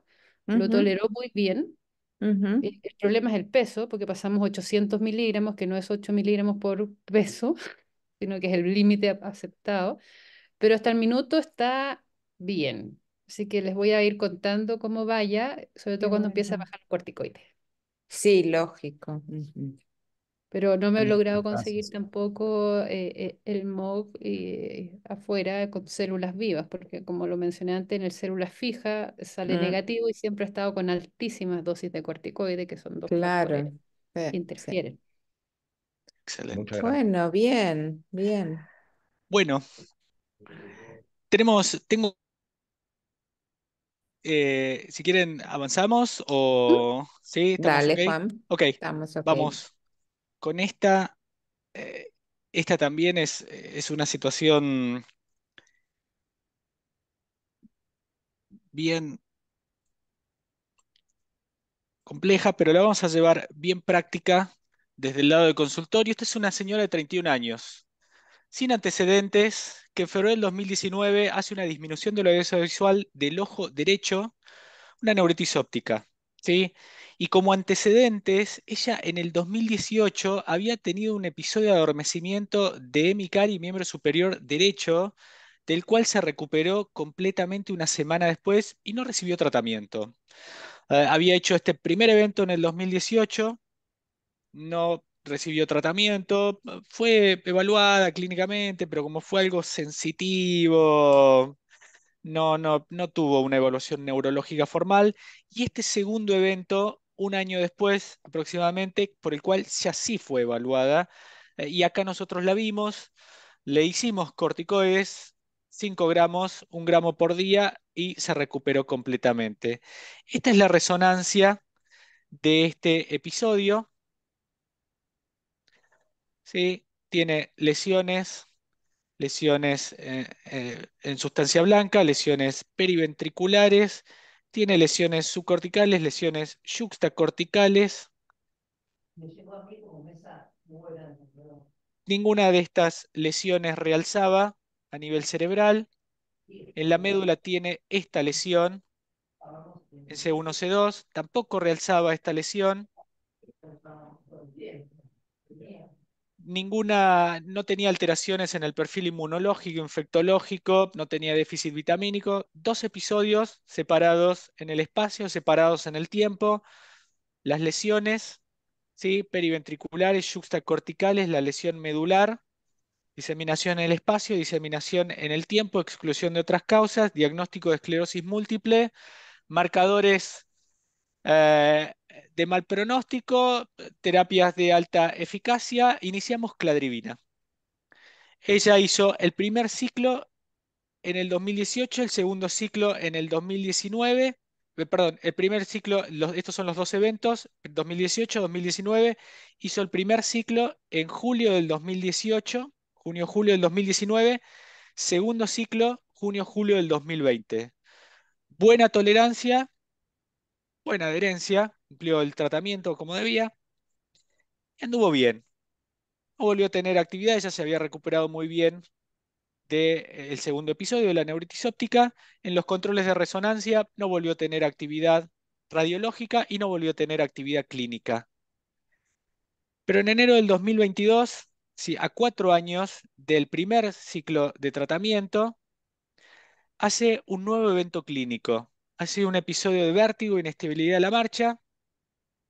Lo interpretamos como una recaída de tronco. Hizo corticoides. Con los corticoides se recuperó. Si bien incrementó el EDCS, eran hallazgos en el examen físico, pero le había hecho incrementar el EDCS. Y esta era la resonancia de este evento. Había hecho esta lesión en el tronco, esta lesión realzaba, y tenía estas lesiones que si bien ninguna de estas lesiones realzaba, habían aparecido entre la resonancia previa del año anterior y esta nueva resonancia de este episodio clínico. O sea, tres nuevas lesiones a nivel supratentorial, la lesión en el tronco y la recaída. Estábamos ante el planteo de si fallaba el tratamiento. Y es cierto que en ella yo lo presenté al principio, terapias de reconstitución, 2 ciclos de tratamiento, no hace falta más tratamiento, versus terapias de mantenimiento. Es un poco más difícil, no sé si es la palabra, pero es distinta a la definición de falla de tratamiento. Ya es complejo o nos pone en un desafío el definir cómo definimos falla al tratamiento en esclerosis múltiple. No hay un consenso universal de cómo definimos la falla, pero sí hay varias aproximaciones a decirle a un paciente o decirnos a nosotros, el paciente está fallando. Las distintas aproximaciones tienen que ver con aspectos pronósticos, es decir, identificamos cierta actividad y nos dice, cuidado que si está esta actividad, va a seguir teniendo actividad. Está fallando o va a fallar, va a seguir teniendo actividad, eso define una falla, o el paciente si tiene esta actividad ya está fallando. No hace falta que siga con este tratamiento o si sigue con este tratamiento va a seguir teniendo actividad. Desde el lado del pronóstico, quienes más trabajaron fueron sin duda el grupo de Barcelona, todo Jordi Río y todo el grupo de Barcelona, identificando los marcadores pronósticos. El paciente empieza el tratamiento, ellos los hicieron con interferones, pero después lo extrapolaron a todos los otros tratamientos o casi todos los otros tratamientos, teriflunomide, metilfumarato, fingolimod, natalizumab. Y dijeron, si el paciente utiliza el tratamiento durante el primer año y tiene determinada actividad, esto habla de que existe la posibilidad de que siga teniendo más actividad en base a EDCS, recaídas y lesiones en la resonancia. Después lo fueron refinando y dijeron, no es tanto el EDCS o por ahí es más confundidor, nos enfocamos más en recaídas y lesiones en la resonancia. Y establecieron el score de Río para definir los que fallan y sobre todo el score pronóstico de que el paciente siga teniendo actividad.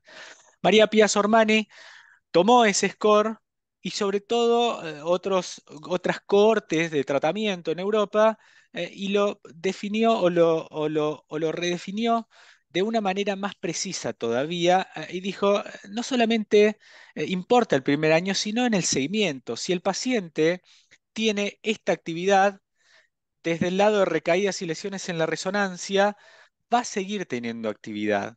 Y eso tiene que ver con una recaída o más recaídas en tratamiento. Hay altas probabilidades de que siga teniendo actividad. El paciente falla o va a fallar. Lo más sensato es que le cambien el tratamiento. Y desde el lado de la resonancia, si tiene 3 o más nuevas lesiones en la resonancia, también va a seguir teniendo actividad. Desde menos lesiones hay menos probabilidades o menos, no tiene recaídas, no tiene el riesgo de seguir teniendo actividad. O sea que lo que define el score pronóstico pasa por recaídas y lesiones en la resonancia y el punto de corte es si tiene una recaída o más recaídas, si tiene 3 o más lesiones en la resonancia, define el score o la probabilidad de que siga teniendo actividad. Si ven eso, evalúen cambiar el tratamiento porque va a seguir teniendo actividad. Y no solo desde seguir teniendo recaídas, sino de empeorar el EDCS. Los canadienses trabajaron en la optimización del tratamiento y definieron algo parecido, pero esto ya no desde el lado del pronóstico, sino de decir, si el paciente tiene una recaída severa o más recaídas, está fallando, hay que cambiarle el tratamiento. Si tiene 2 o más puntos de progresión del EDCS utilizando correctamente el tratamiento, está fallando, hay que cambiarle el tratamiento. Y desde el lado de resonancia, si tiene 3 o más nuevas lesiones en la resonancia, está fallando, hay que cambiarle el tratamiento. De vuelta, no desde el lado del pronóstico, sino desde el lado en el corte transversal, en este momento. En definitiva, de lo que se habla es si el paciente está utilizando correctamente un tratamiento y vemos esa actividad, el paciente por debajo no está respondiendo a ese tratamiento. Debemos cambiar ese mecanismo de acción para conseguir la respuesta y que deje de tener actividad, que deje de estar compartimentalizando, deje de estar entrando el fenómeno inflamatorio del sistema nervioso central. Tenemos que intentar, si ya desde estos marcadores macro estamos viendo actividad, no está funcionando, tenemos que cambiar ese mecanismo de acción. ¿Cómo hoy es el abordaje para identificar o manejar la falla en terapias o en el paciente con esclerosis múltiple? Es cierto que no toda actividad es igual a falla. Cuando vemos una nueva lesión en la resonancia o eventualmente una modificación del EDSS, puede que no sea una falla. Es importante ver cuál es la magnitud de esa actividad. Cuando hoy nos encontramos con 3 o más nuevas lesiones en el T2 o grado positivo, sí, esa es una actividad significativa, eso falla. Si el paciente tiene una recaída o más recaídas, eso falla.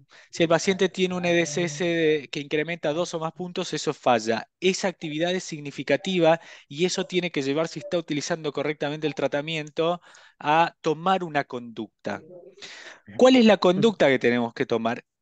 No todas terapias debemos manejar igual. Hay terapias de mantenimiento. Cuando vemos que el paciente tiene esta actividad significativa con una terapia de mantenimiento, hay que cambiarla. No tenemos que seguir con una terapia de mantenimiento si vemos esta actividad significativa. Si es una terapia de reconstitución, podríamos considerar mantener una terapia de reconstitución, siempre y cuando esa actividad que estemos viendo sea menor a la actividad con la cual iniciamos la terapia de reconstitución. ¿A dónde vamos? Porque hoy podemos pensar en un tercer curso de cladribina o un tercer ciclo de alemtuzumab, porque vemos en el seguimiento a alguien que hace actividad, es una actividad que es significativa o es una actividad que vamos a tratar, pero esa actividad es menor a la actividad que tenía cuando iniciamos el tratamiento. En ese paciente podemos considerar un tercer curso de cladribina o eventualmente un tercer ciclo de alemtuzumab. Si estamos viendo la misma actividad o más actividad que cuando iniciamos el tratamiento en reconstitución, hay que salir de ahí, porque esa terapia no está funcionando, hay que cambiar el mecanismo de acción. Si el paciente viene utilizando una terapia de mantenimiento y tiene una actividad significativa, hay que cambiar la terapia de mantenimiento, hay que cambiar el mecanismo de acción. Ese un poco es el abordaje. ¿Qué hicimos con este paciente?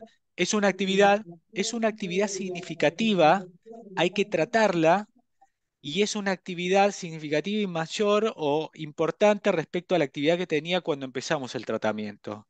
La cambiamos. La cambiamos a un anti-CD20.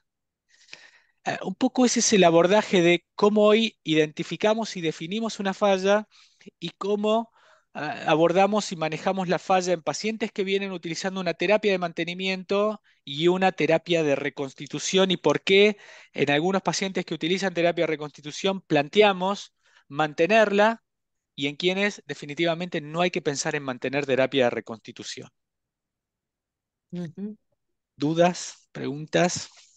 Yo creo que tocaste un punto álgico y Sí. que a veces cuesta entenderlo desde el punto de vista biológico, porque sobre todo con las terapias de reconstitución que tienen un timing un poquito más largo para completar las dosis, es importante saber cuánto es actividad nueva y cuánto es actividad residual que todavía está en proceso de apagarse, por decirlo de una manera.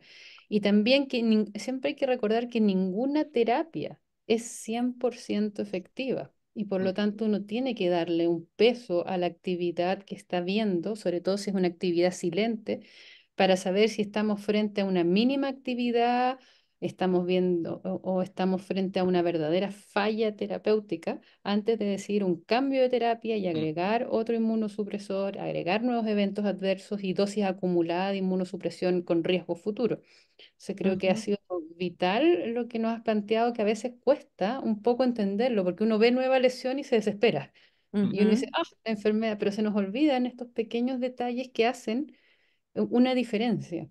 Sabemos que nuevas lesiones es un precio a pagar, pero tenemos que ver cuánto estamos dispuestos a transar en algunos casos en pos de un beneficio futuro. Totalmente. Sí, sí. Sí, sí, Pero eso, por definitivamente. ejemplo, si por alguna razón tengo ese paciente que no está con terapia de reconstitución inmune y tengo, no sé, está con dimetilfumarato, fingolimod y me aparece una nueva lesión que, no, que es como silente, ¿no lo cambio entonces? No entiendo muy bien. Controlamos a los, no sé tú, Juan, pero yo controlo Sí. si es un hallazgo a los 3 meses. Si no hay cambio en el EDSS, no hay síntomas Sí. progresivos, no hay nada que me oriente, pido una nueva resonancia en 3 meses más. Sí, sí, Totalmente. uno siempre discute si son 3 o 6 meses. 3 meses me parece una excelente opción y Mm, lo que nosotros hacemos es, si en esa nueva resonancia que vos le haces, volvemos al paciente que planteó Juan Pablo, ¿no? En teoría le hace la resonancia de control, aparece una lesión, pero eso no tenía traducción clínica. Y él pregunta, ¿lo cambio o no lo cambio en ese momento? La respuesta sería hacerle una nueva resonancia a los 3 meses. Si en esa nueva resonancia a los 3 meses ves una nueva lesión, significa que vos no estás controlando la actividad de la enfermedad, entonces plantéate un cambio. No sigas diciendo, bueno, le voy a hacer otra dentro de 3 meses a ver qué pasa. No, si en esa que le hubieras hecho 3 meses más tarde no aparecía nada, ok, vos decís, tuvo esa respuesta subóptima, todo volvió a la normalidad, por el momento voy a seguir con mi terapia. Pero si en la nueva que le haces al mes 3 aparece, aunque sea una nueva lesión, no sigas perdiendo tiempo y cámbiala. Ya, super. Gracias. ujú, sí, Muchas veces, y me quedé pensando, me quedé pensando en este, ponele que esta chica que estaba con Cladribine, bueno, le hacíamos esta resonancia de control en su año 4 y veíamos una nueva lesión. En ese caso, la conducta hubiera sido diferente. Vos Mm. ahí sí le das la chance a un tercer ciclo de cladribina porque decís, seguramente debe de quedar algún subgrupo de células autorreactivas que todavía no fueron completamente eliminadas. Porque te preguntas, ¿esta actividad es significativa? ¿Esta actividad es mayor a la que la paciente venía mostrando de antemano? Y tu respuesta es no. No tuvo recaídas, no tuvo impacto en su EDCS, es una única lesión. Volvele a hacer un ciclo de cladribina. sí, Muy importante el timing de las terapias, si son de ujú. mantención o de reconstitución para decidir. Exactamente. Pía, ¿tienes una Pi- pregunta? es. Sí, hola, quería hacer un comentario y una consulta en realidad sobre qué opinan por las políticas de salud en Chile. ¿Podemos usar clarivina, por ejemplo, en pacientes que han tenido fracaso o efectos adversos o tratamientos de primera línea, por lo menos un año de tratamiento? Mm, Y yo tengo varios pacientes, especialmente ellos que tienen harto años de enfermedad, que han hecho brotes clínicos entre el primer y segundo ciclo de cladribina, ¿ya? ujú, Y la Ujú. mayoría de ellos con brotes no con mucho impacto en el LCS y pocos con lesiones nuevas en la resonancia. A la mayoría lo he convencido, a pesar de digamos, de la inseguridad que esto genera en el paciente, de esperar al segundo ciclo porque claro, el tratamiento está incompleto. claro. Pero si esta, no me ha tocado el caso de que sea un brote importante, pero si así lo fuera, no sé cuál es la opinión que harían ustedes o qué hacen ustedes si les pasa algo parecido. Mira, con respecto al tema este del segundo punto, de la actividad entre el primer y segundo curso, es importante eh, dos puntos. Uno, de qué está viniendo el paciente. Con respecto a de qué está viniendo, de qué está, si está saliendo de algo, si viene de otro tratamiento. Si viene en general, los pacientes que vienen de terapias antitráfico como fingolimod y natalizumab, te podés encontrar con este efecto rebote durante los primeros 3 o 4 meses que lo solemos o se suele, está descrito. Y es algo que tiene que ver no con que cladribina no está haciendo efecto o no le va a hacer efecto al paciente, sino con que vienen de medicamentos antitráfico y tiene más que ver con eso, con cladribina. Entonces, lo que vas a hacer es tratarle la recaída y vas a ir más tranquila, por así decirlo, al segundo curso. Por ahí el paciente que más te va a preocupar es el paciente que no viene de un antitráfico como natalizumab y fingolimod, o que eventualmente viene de ese tratamiento, pero que te hace una recaída entre el mes 9 y 10, y vos decís, ya debiera, a partir del mes 3 4 por Magnify, tenés datos que te dicen, ya en este momento tiene que estar haciendo efecto cladribina, y de golpe te hace una recaída entre el mes 9 y 10. Y lo más importante en ese momento es la magnitud de la recaída. Si es una recaída menor, hoy la recomendación es completar el curso, porque el tratamiento va a funcionar, es una dosis acumulada completamente después del segundo curso de tratamiento, y darle al menos esos 6 meses posterior al segundo curso que planteaba Lorna, no solo del timing en este caso, sino de completar el curso. O sea que hoy la recomendación es, por más que te haga actividad entre el primer y segundo curso, el de completar el curso, los 2 cursos de tratamiento, y darle ese timing posterior a completar los 2 cursos para que consigas la eficacia y la efectividad de la intervención. El gran problema es si vos en ese momento te encontrás con una actividad muy importante, es decir, te hace una recaída severa ese paciente, o te hace más de una recaída y vas a la resonancia y en la resonancia está incendiada el paciente. Y no es un paciente que venga, no está haciendo un rebound porque está saliendo de un antitráfico, es un paciente que lo ves en el mes 9 10 y no viene de fingolimod y natalizumab, en el cual puede existir la posibilidad que no sea el mecanismo de acción. Está descrito, y en esos pacientes hoy la recomendación es salir de ese mecanismo de acción, no completar el segundo curso, sino salir de ese mecanismo de acción. Si bien la recomendación es fuerte para completar en todos los 2 cursos, por lo que yo te planteaba, si te encontrás en esa situación en el cual el paciente hace una actividad severa con una excesiva actividad o mucha actividad desde la resonancia, es el de salir de ese mecanismo de acción de cladribina e ir hacia otro mecanismo de acción, porque no es el mecanismo de acción de ese paciente.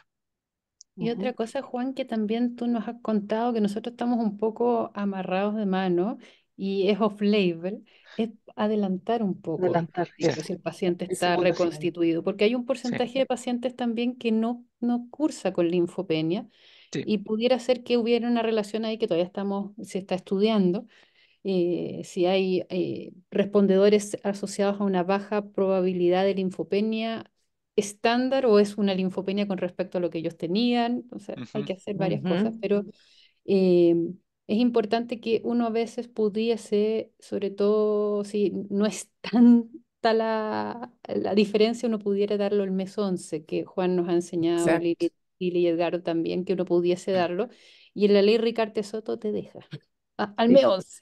sí, yo lo he Sí. hecho, igual lo he hecho. Sí, Sí, sí. sí, sí, es cierto. Ese es un muy buen punto que plantea Lorna. Pero Lo, eso es lo ley, podés adelantar para que no nos un reten los poco. patrocinadores. Sí, Sí. sí, sí, sí. Ahora, esto nos pasa bastante porque la ley de Soto en 2015 tenía solo natalizumab y fingolimod, y en el 2019 agregaron la cladribina, el ocrelizumab y el alemtuzumab. Entonces, estos Ujú. pacientes, justamente estoy pensando que la mayoría viene de nata o viene de fingolo, los que han hecho Claro, estos claro. brotes intermedios. Sobre todo en esa Sí. época que no teníamos fingolimod, tuvimos que ver si los cambiábamos a alguna otra de las terapias. Sí, también. Claro, y a lo mejor en estos pacientes que vos has visto y que venían de esas terapias, ya sea fingolimod o natalizumab, tal vez lo que estás viendo es el rebound asociado a la suspensión de la terapia antitráfico, ¿no? Exacto. Gracias.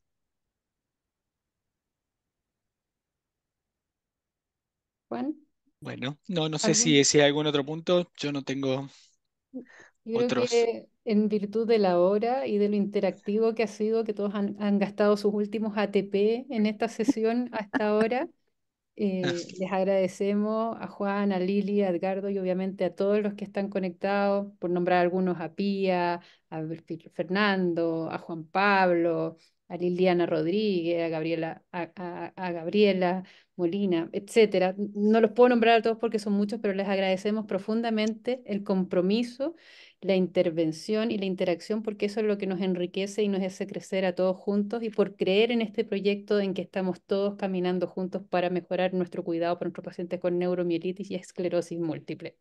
Así que, chicos, Lili, Edgardo, Juan y a todos los presentes, gracias por acompañarnos una vez más y nos veríamos en un mes. Exacto. Un Exactamente. placer. Muchas gracias a todos, ¿eh? Que Muchas tengan gracias. buena Hasta la noche. Muchas próxima. gracias. Un Gracias, abrazo. muchas gracias a todos.